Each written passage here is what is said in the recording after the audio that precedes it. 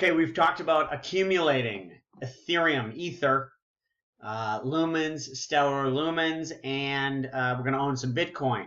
So now we're going to talk about where to store it. We go to the exchanges to buy it, but as I've said, you don't want to leave money on exchanges, too much money on an exchange or for too long. And so I download. So now, I take it from the exchange and we store it directly on the blockchain. In other words, the blockchain. Let me try to explain here first how we can do this with Ethereum. We go to myetherwallet.com. They have this message now that is up here at several pages. I suggest you read this whole message. Prepare to take a minute. It's good. Gives you some info. They're not a bank. So anyways, you can read through that. So this website is just a viewer to information on the blockchain, and you can even write to the blockchain. It's sort of like the blockchain is like the database, and it allows you to see who owns, it allows you to see what you own, as well as if you have your private key, that you can remove money from your account. But if you lose your private key, it's gone. You don't have to trust anybody, but you have to trust yourself, because if you lose it, there's no one can help you. So you come to this MyEther wallet. The only thing I do here is view wallet info. I've saved my private key already. So I click this and I log in. But so if you want to do a new wallet, you would go here, new wallet. You create a password. I don't remember the steps. I'm not going to go through it all right now. This is not brain surgery. The hard part is, like I said, having a system for staying organized and not losing your private keys. We'll get to that in a minute. But for Ethereum, or any ERC20 tokens, that is, any tokens that have been issued on the Ethereum platform, are stored in the Ethereum blockchain, and you can view them with this MyEther wallet. So this is what I like to use for Ethereum or any ERC20 tokens. Then now Stellar. Oh, I did this. I was doing another video. Every time you come to the page, it's like this. So, okay, so secret, if you've already set up an account, you would put your private key in here and sign into your account. And similarly, this is just a viewer. And by the way, did I mention, these are open source codes that create this viewer. So if this website or this URL disappeared or MyEther wallet website disappeared, it's created with the open source code, and there are other places you can go to view the same information.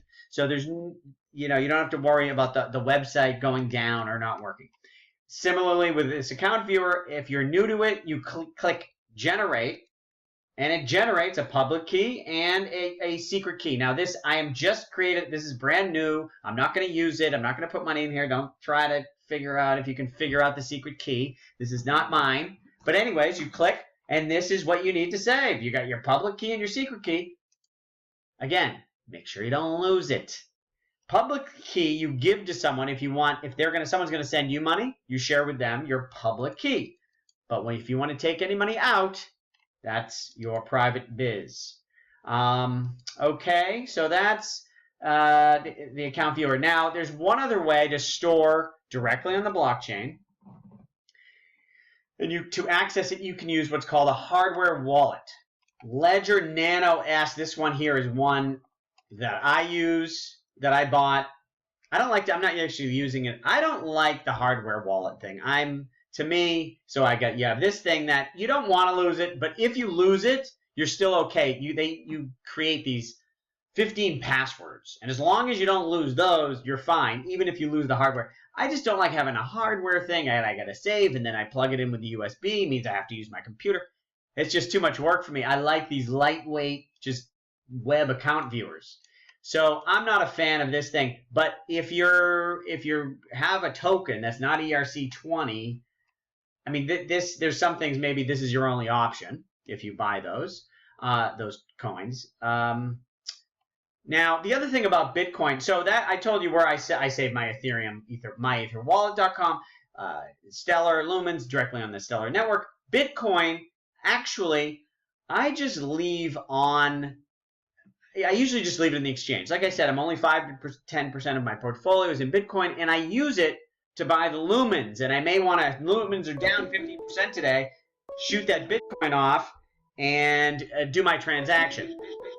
Sometimes, you know, it's just faster. And so, and as much as I worry about exchanges, you know, I don't know, on any given day, I don't know that it's going to go away. So sometimes I'm leaving Bitcoin directly just in the exchange, okay? Not a lot, and not for a long time per se. But anyways, if you want to store your Bitcoin, I think the only safe option are these hardware wallets. I mean, there are other options, but as far as I know, you know, this is certainly safe. And for Bitcoin, I don't know of a better way than the hardware wallets if you want to download and store your Bitcoin. Okay, now, as I mentioned, making sure you don't lose your stuff. So first of all, I think it's important to use a spreadsheet to track what you have, because a lot of these things don't have reports. You have things in different places. You know, that MyEther wallet we just looked at, I think it does calculate the dollar value. It might show you there, but there's not a lot of tracking. So I created something like this in Google Spreadsheet. Now these, again, this is not my portfolio. I created this for the sake of education. I have more than $15,000. And not to scoff at $15,000, and also depending on your age, I'm an old man, right? I mean, and that's why I wanted to set this up with smaller numbers. It's probably more realistic for most people. Now, so I created a thing here. These would be the tokens. These are how much. So Bitcoin, I have in this fake portfolio, 0.15 coins, and the price I update manually. Sometimes it's fun. The price is going up and down. You go in and you change. Oh my God, look how much money I have now, and then it's all gone. But anyways, so you put in the prices, and then this is a calculation field. The number of coins times the price is this. See, I do this calculation thing. If you know how to do that, if you don't know how to do that, you should learn. It's very valuable. And I'll give you a hint. You click on the sum thing here, okay? Then I do a grand total here. See, a total of all my, so this would say, okay, the whole portfolio is worth this. Then I have another function here, okay, which is the value of this divided by the total is the percentage. And that's why I picked this portfolio here to show you, because this is sort of what I've been saying, 40, 40, and 9. Okay, 40% of Stellar and Ethereum, and then 9% of Bitcoin. And then another thing that if you ever start playing with other coins, you know, just do it if you're experimenting. Like I did a video on Pay 10x token. They say they're going to pay out a dividend. Maybe they will. Could be interesting. So I got a teeny bit, you know, in real life and in here, a teeny bit to see, hey, if I ever get a dividend, I can see how much it is, what the percentage is, and then determine whether to invest bigger. Now, another thing you can do here is you copy this, right, and then paste it again. I already did it, but I'll do it again. You know, so then you paste it here, and then put in the date, and you can create a log for yourself, right? So here I put in the date, today's date, 11/30. Not that these prices are right, but anyways, you put in the date, and then you save it. You can keep doing that, and you can see a history of your portfolio and the changes. You'd be surprised how quickly you forget what the hell goes on. And sometimes things are moving fast in this market. You lose track. If you think it's all in your head, it's not. Okay. I mean, and when it feels like you've got it all in your head, you really got a problem because you're overly confident. Keep track of this stuff. Now, similarly, you know, we've talked about dollar cost averaging in your buys. Well, you think, oh, I know, yeah, I spent about, you know, whatever. Let's say the budget is $2,500 a month. Yeah, I think I did. You know, you don't know. I'll tell you, because I do this myself, and there's times I feel like I spent a lot this month. Sorry, I shouldn't say spent. Invested more than my budget this month, and I look at the numbers and I'm less, or it goes the other way too. So you really keep track, and so that's just keeping track of your transactions. Something like this, right? Date, bought or sold. I wouldn't sell anything, but keep track of it here in case you do. And this is for your own tracking. If I bought Bitcoin and sold Bitcoin in order to buy Stellar, I wouldn't put all that in. It's just like I got Stellar, and it cost me about, you know, sometimes who knows what the price was. It's very confusing. So I'm like, okay, it was $1,100. Close enough. You know what I mean? Like, I'm keeping track here in general. Now, so this is, you know, what I bought, how many, and then, so what is that value? And then you can total. So here, right, I took November and total them up, and I can see, so let's say my budget was $2,500 a month. October, I underinvested a little. October, I overinvested a little. But it looks like I'm kind of on track here. I'm still a little, with these numbers, it looks like it's almost like right on. Well, whatever. I could add those two up. I would learn, okay, I would add these two up and divide by 2. 2,300. If my budget's 2,500, I'm under investing by now 400 under budget, right? Yeah, because it's 200 each month.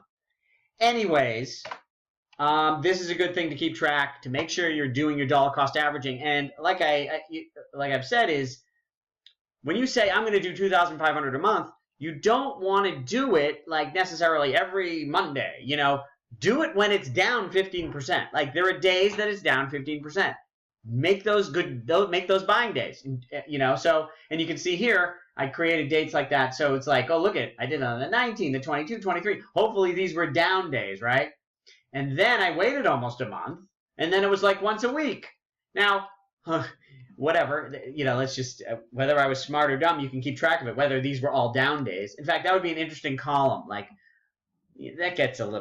that probably gets a little too much. So, all right. Now, in addition, so you get your private and public key. Think about, you want to save it in at least 2 places. One of them, old school paper, print it out and put it somewhere that you're hopefully, again, you're not going to lose it.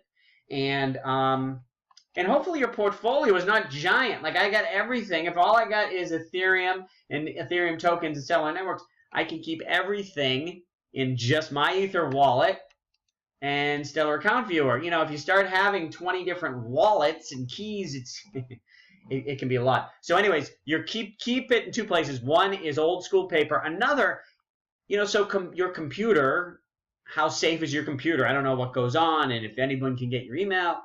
The other thing to remember is also psychology. Like, if you put it on your desktop called, you know, private keys here, you know, that's probably not a good place. But even if it's in your computer, but it's sort of hidden where no one would look, maybe that makes it a little safer too. So think about how you store your keys, and at least more than 2 places. Okay, and okay, I think that's it. Did we do? Yeah. So Bitcoin, like I said, you can store it in the wallet, or you can leave it on the exchange for a minute. So, anyways, thanks for watching. If you enjoy this info, let Ty know. You want more crypto from Dave. For the latest on me, you can always check out davelevine.com. And if you ever want to find me on social networks, my handle is always davelevine.com spelled out. So Dave Levine, DOTCOM. Although I'm not doing anything on social networks right now except for YouTube, which would be youtube.com/Dave Levine, DOTCOM. Where as I learn more about crypto, I post it there, share it with you, and I love getting feedback. I'm also, if you want to contact me through YouTube, either commenting on a video or messaging me through YouTube. I'm on there all the time. So hope to hear from you. Let me know if you have any questions, and look forward to talking about crypto more. Thank you.